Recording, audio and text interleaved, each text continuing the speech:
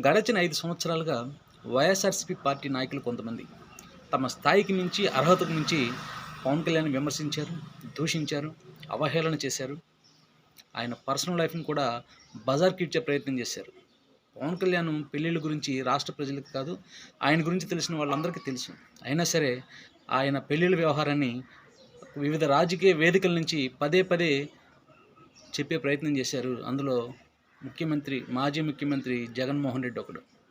అయితే అధికారం మారింది, పవన్ కళ్యాణ్ గారి చేతికి అధికారం వచ్చింది కాబట్టి పవన్ కళ్యాణ్ వారందరి మీద రివెంజ్ తెచ్చుకుంటాడు, వాళ్ళకి సినిమా చూపిస్తాడన్న భ్రమల్లో అందరూ ఉన్నారు. కానీ పవన్ కళ్యాణ్ ఆ పని చేయలేదు. ఎందుకంటే ప్రజలు ఇచ్చిన బాధ్యత అధికారంలో ఆ అధికారాన్ని ప్రజాసేవకు ఉపయోగించాలి తప్ప ఎవడో గొట్టంగాడు ఏదో అన్నాడని చెప్పని వాళ్ళ మీద రివెంజ్ తెచ్చుకోవడానికి కాదు. ఆ విషయం తెలిసే పవన్ కళ్యాణ్ వాళ్ళ జోలికి వెళ్లకుండా తన పని తాను చేసుకుంటూ పోతా ఉన్నాడు.